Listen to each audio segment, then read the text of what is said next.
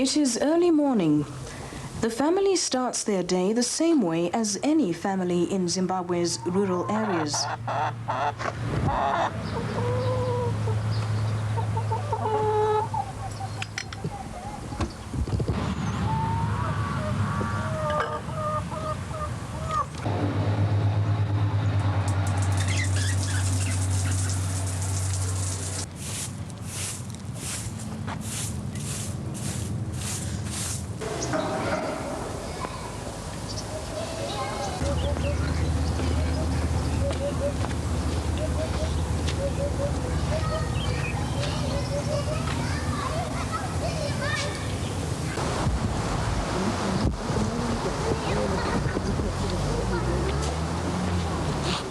But this family is not an ordinary family.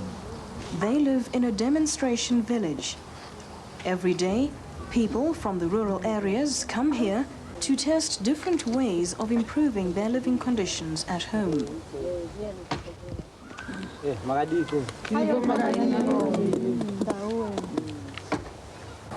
The demonstration village at Melfort is 35 kilometers from Harare on the Mutare Road. It is part of the National Training Center for Rural Women under the Ministry of Political Affairs, Zimbabwe.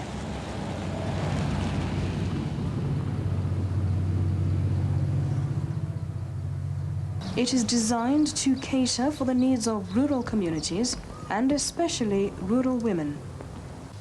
The head of the center is Mrs. Kamanga. The National Training Center for Rural Women was established in 1984. That's when training activities started. It was also officially opened during the same year by the then Prime Minister, who is now the President of the country, Comrade Robert Mugabe. Concentration was on training rural women, or people rather, on how to improve their income-generating activities so that they get what they want from those activities.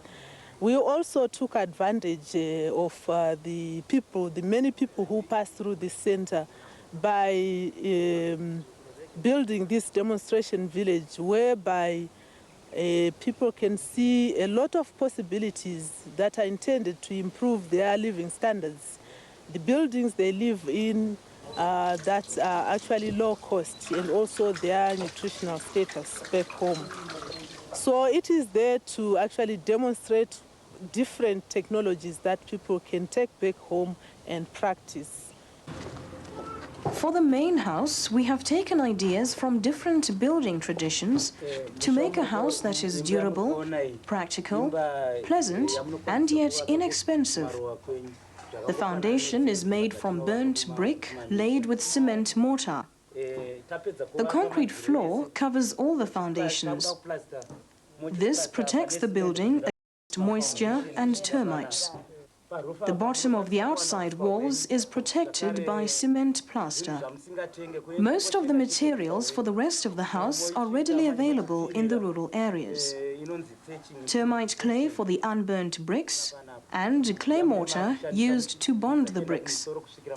Thatching grass for the roof. Improved techniques have been used for the thatch, which will make this kind of roof last at least 30 years. The house is oval. The rounded shape means that fewer bricks are used in construction of the building. The thatched roof is also easier to build without square corners. The doors are made from crating timber, which is the cheapest wood available. They are treated with colored floor wax mixed with paraffin. Arched doorways are used to save the cost of expensive door frames. Simple hinges for doors can be made from angle iron, flat iron bolts and nuts. The angle iron is cast into small concrete blocks which are built into the walls. A simple and effective locking system using shutters, nuts and bolts makes the house safe from burglars. Arched windows save on the cost of window frames. Mosquito nets can also be fitted to the windows. A building with several rooms needs ceilings for privacy and sound insulation between the rooms. Cheap ceilings can be made from materials like crating timber or from grass mats, which gives very good sound and heat insulation. The materials used for the kitchen are the same as for the main house. The interior is different from the traditional kitchen. There is no central fire because smoke will not go through the improved thatch roof. The cook does all her work standing, using the kitchen table, stove and sink. Younger women tend to find it more practical or modern to stand up doing the work. The kitchen table and benches are made from clay, covered with a thin layer of cement plaster. The stove is made of clay with a metal top. Smoke from the stoves goes out through a brick chimney. Mr. Kagoro from Enda, Zimbabwe, uses the village as a site to test granaries for food storage. The post-harvest technology research systems program was started at the Institute of Agricultural Engineering in 1981. The objective of the program was to achieve the national program of food self-sufficiency in the rural areas. Some of the structures that have been developed at the Institute of Agricultural Engineering are now being used by communal farmers. And today we are looking at one of the structures that is being constructed in the communal areas. The walls of the granary are built from unburnt bricks reinforced with barbed wire. Thick walls help to keep the inside temperature constant. Vaults underneath the structure allow air to circulate to keep the granary dry. The thatch roof provides good protection against heat and moisture. 4 inside compartments are covered with a concrete slab. Fitted with hatches and screens to allow ventilation, they prevent pests from eating the grain. This simple drying crib speeds up the drying of the maize cobs. Chicken wire holds the cobs in place and allows good ventilation. Rat guards made out of tin stops rats and mice getting into the drying crib. John Wilson from Fambi Zanai Training Center shares his ideas on garden layout and vegetable growing with a group of visitors to the village. This garden will supply the family with all the vegetables that they need. Being close to the kitchen, it can make use of water from the kitchen and from the bathroom. And it can receive the attention that it needs, and it will save a lot of time in walking. It is shaped as a circle so that we can grow leguminous hedges around the garden to protect the whole garden from the drying effects of the wind. This hedge, along with the bananas and sugarcane and napier fodder and other plants, will create a very good microclimate for all the vegetables that will be grown in between. Why are all these plants mixed together? Whether one's dealing with a small intensive garden like this, or on a larger scale, an orchard, or even on a large extensive cattle rangeland, one wants to try and mix plants in groups so that they complement each other and help each other. For example, we have here marigolds which can be dotted all around the garden as they're very good at controlling nematodes in the soil. And then we can see with the placement of the vegetables here, maximum advantage is taken of the winter sun, with the carrots at the front, the taller cabbages behind, then the peas, and the tall tomatoes at the back, with the peas providing nitrogen for the tomatoes behind them and the cabbages in front. And the whole area is well covered, so there's no soil exposed to the hot sun. Why can't we walk on the garden? If you walk on the garden, then you compact the soil and you will break the structure of the soil. And it's very important for any gardener or farmer to pay a lot of attention to improving and looking after the soil. In fact, the aim should be to feed the soil and not the plant. Why is this tree growing near the garden? There are a number of trees which help to improve the soil. For example, we can go and look at a tree over there which has been grown in Africa traditionally for years in croplands to improve the soil. Recent research has shown that the nearer one gets to this tree, Acacia albida, the richer is the soil. Why is this chicken run made like this? The whole of this area has been designed so that, according to permaculture principles, permaculture standing for permanent agriculture, and being functional design, every component, every part of a particular situation must serve as many purposes as possible. Now, a chicken can provide eggs, it can provide meat, but also it can clear areas of weeds and grass, and fertilizing those areas, it can clean up pests such as slugs and snails and fruit flies in orchards. It's very good at cleaning out the seeds from mulch material which is put on the ground. And in this run, which is a movable run, it can serve all those different purposes. A lot of things need to be bought all the time. As this is an integrated design, the aim is that all the needs are supplied from within. Wastes from the kitchen, manure from the chickens and from the rabbits, mulch and compost material, specially grown, can all be used in order to feed the soil.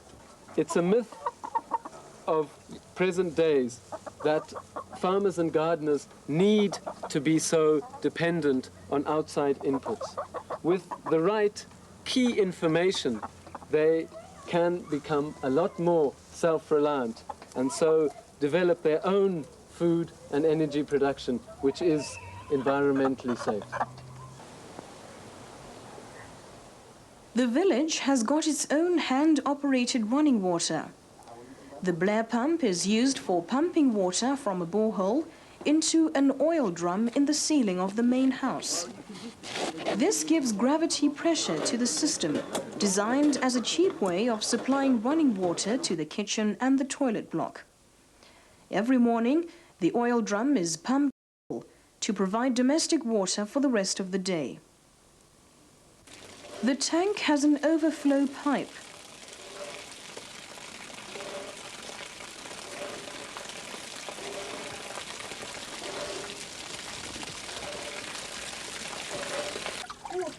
In the kitchen, the water is used for cooking, drinking, and doing the dishes.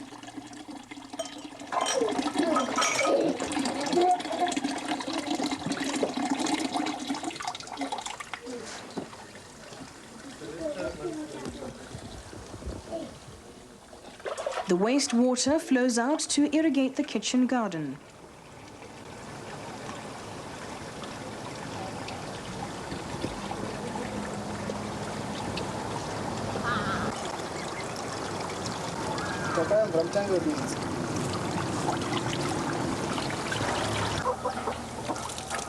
The tap outside the Blair toilet is fed from the same oil drum, and water from this tap is used to provide water for the washstand.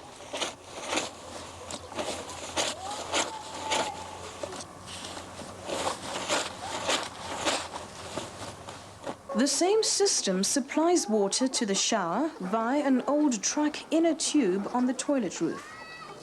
This is heated by the sun to provide hot showers.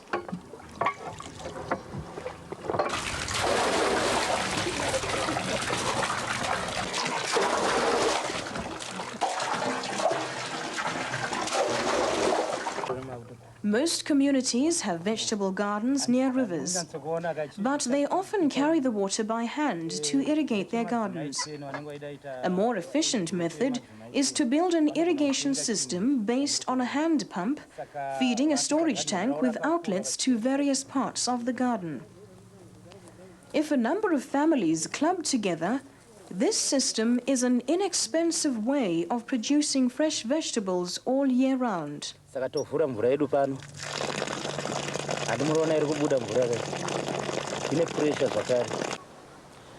The demonstration unit has two major components. One is the homestead and also a showground, which is meant to demonstrate different community facilities that have not been demonstrated in the village, because these are meant to be community units, like the different types of stoves and also different types of pumps that communities can use. A clean water supply is essential for a healthy community. The village has a range of hand pumps to demonstrate to rural visitors different ways of protecting water sources from pollution. The bush pump surrounded by a fence, the cattle trough, spillway and laundry table show the way to healthier use of communal water sources in Zimbabwe. This program is promoted by the DDF. The bucket pump is durable, cheap and simple to use. It is especially designed to protect against the contamination of water supplies. A borehole for the pump can be drilled in most areas by a hand-operated drill, which makes the pump low-cost enough for many rural communities.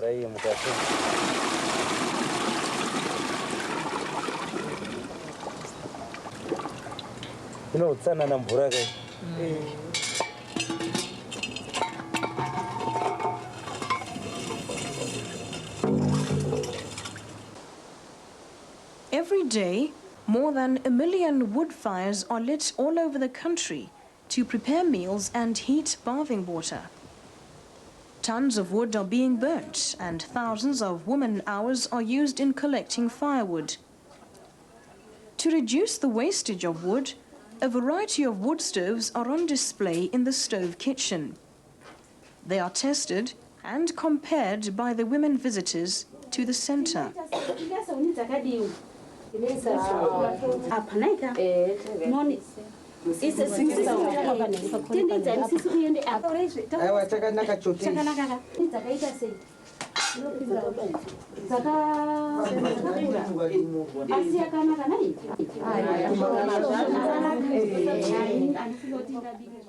Here, they can discuss price, ease of operation, efficiency, and so compare the different wood stoves according to their own experience. Some women's groups are making and selling bread. The demonstration village shows a bread oven made out of oil drums and clay. The oven can take up to 20 loaves and is not very expensive to build.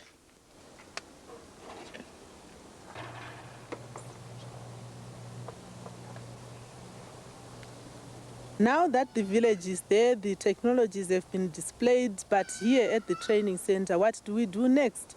We want these technologies to reach the people, the intended target group, which is the rural community.